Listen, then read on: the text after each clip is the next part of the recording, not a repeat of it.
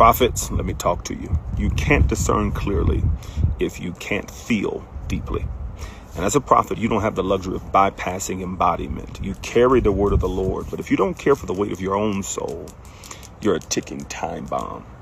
And people often watch my level of busy, my pace, my rhythm, and then project their tiredness onto me, wondering, do I rest? One of the things I've learned to do is to listen to the voice of my body. And so this week I've taken a pause, a little sabbatical, not because I'm burnt out, but because I refuse to be. I came to the mountains not to escape, but to return to my source, to the elemental places where the Ruach of God, his breath, can speak without competition.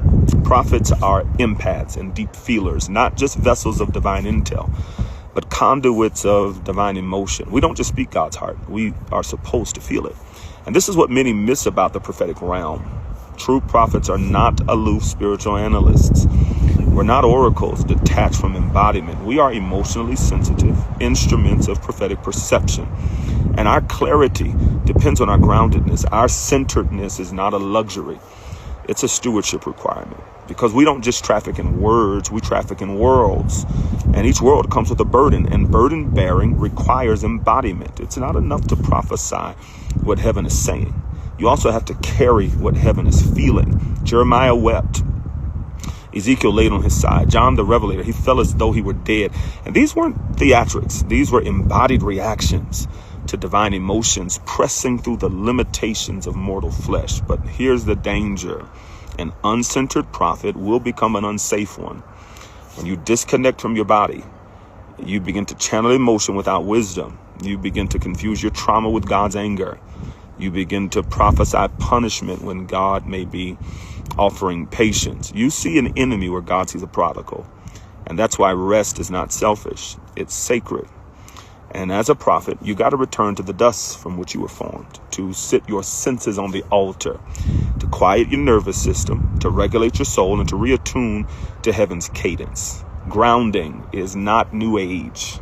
It's Edenic. Adam was formed from the dust of the ground, not just spiritually, but physically. And only when God breathed into that grounded form did it animate his being. And so for the prophet, we're formed in pressure, but we're animated in presence. And if you stay in the noise too long, your discernment will become distorted. The atmosphere of these cities that are charged with striving and unbridled ambition and emotional projections will keep you distracted. But as God's prophet, you got to stay pure. That means sometimes you got to fast from the frenzy. And so that's why I'm here, to let the wind, look at it going right on target, reintroduce me to the Ruach, to allow the mountain to hold space for the center of my soul, to ensure that as I'm ministering, I'm being ministered to.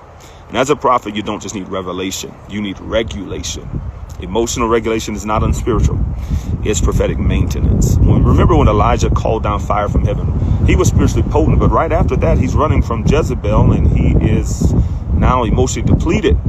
He had clear vision and authority, but his sense of perception was a little cracked. And so God didn't give him a word. He gave him food. He gave him rest. He gave him silence. And only after he rested did that wind with a still small voice come. And as a prophet, you'll mishear when you're tired. You'll confuse your inner child's need for validation as though it's heaven's command to speak. You'll project your exhaustion onto the assignment. And if you're not careful, you address your burnout up as a burden of the Lord. So today I'm not resting because I'm weak, but because I'm wise. I'm Sabbathing because the vessel is sacred. And I'm grounding because my assignment is too important to be disconnected.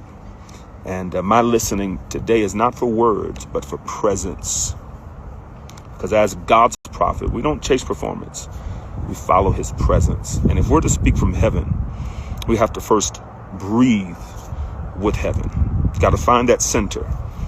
Not living in the cave, but not so busy that you can't pause to listen to you.